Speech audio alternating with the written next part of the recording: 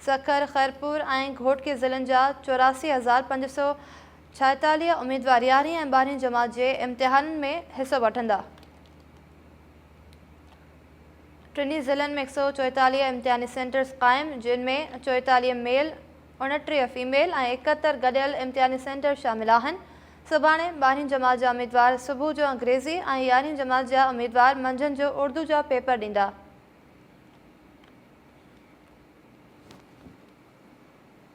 सखर तालीमी बोर्ड जे इंतज़ामनि हेठि 11हीं ऐं 12हीं जमात जा इम्तिहान सुभाणे खां शुरू थींदा।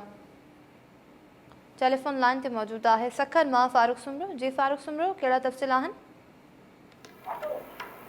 जी तारा, बिल्कुल 11हीं 12हीं जमात जा इम्तिहान सुभाणे खां शुरू थी रहिया आहिनि। इन में तालीम बोर्ड सखर जे चेयरमैन मोहम्मद रफ़ीक पल तरफ़ां ॾिनल तफ़सीलनि मूजिबि सखर, खैरपुर ऐं घोटकी ज़िलनि सां तालुक़ रखंदड़ तक़रीबन 84,546 उम्मीदवार 11हीं ऐं 12हीं जमात जा इम्तिहान ॾींदा। टिनी ज़िलनि में 144 इम्तिहानी सेंटर क़ाइमु कया विया आहिनि, जंहिंमें 44 मेल, 29 फीमेल ऐं 71 गॾियल इम्तिहानी सेंटरनि। जॾहिं त सेबको चीफ खे कमिश्नर सखर डिवीज़न तोड़े बोर्ड जे चेयरमैन मोहम्मद रफ़ीक पल तरफ़ां बिजली जी लोड शेडिंग न करण जी हिदायत जारी कई वई आहे ऐं इहा ख़ातिरी सेबको चीफ तरफ़ां ख़ातिरी बि कराई वई आहे त इम्तिहाननि दौरान बिजली जी लोड शेडिंग न कई वेंदी। कमिश्नर सखर डिवीज़न फयाज़ हुसैन अब्बासी जो चवणु आहे त सेबको अख़्तियारियुनि खे सख़्ती सां पाबंद बणायो वियो आहे त इम्तिहानी टाइम दौरान बिजली जी लोड शेडिंग न कई वञे, छोजो शदीद गर्मी जी लहर आहे। इन दौरान उम्मीदवारनि खे इम्तिहान ॾियण में तमामु घणी मुश्किलातूं दरपेश अची सघंदियूं। तंहिं करे बिजली जी लोड शेडिंग न करण लाइ सेबको अख़्तियारियुनि खे पाबंद बणायो वियो आहे। इन हवाले सां तव्हांखे वधीक ॿुधाईंदा हलूं त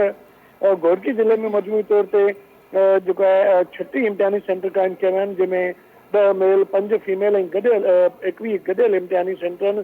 अहिड़ी तरह खैरपुर ज़िले में मजमूई तौर ते 71 इम्तिहानी सेंटर क़ाइमु कया विया आहिनि, जंहिंमें 11 मेल, 14 फीमेल ऐं 39 गॾियल इम्तिहानी सेंटर शामिल आहिनि। साॻी रीति सखर ज़िले में मजमूई तौर ते 37 इम्तिहानी सेंटर क़ाइमु कया विया आहिनि, जंहिंमें 16 मेल, 10 फीमेल ऐं 11 गॾियल इम्तिहानी सेंटर शामिल आहिनि। जॾहिं त कापी जी रोकथाम जे लाइ 27 इंस्पेक्शन टीमूं जोड़ी वयूं आहिनि, जंहिंमें 3 औरतुनि जी टीमूं बि शामिल आहिनि। 29 मई ते 12हीं जमात जो पहिरियों जेको पेपर आहे उहो सुबुह जे टाइम अंग्रेज़ी जो, यानी सुबुह 9 वॻे खां मंझंदि 12 वॻे ताईं अंग्रेज़ी जो 12हीं जमात जा उम्मीदवार पेपर ॾींदा, जॾहिं त 2 बजे खां 5 बजे ताईं 11हीं जमात जा उम्मीदवार पेपर ॾींदा। इन हवाले सां तव्हांखे ॿुधाईंदा हलूं त तालीम।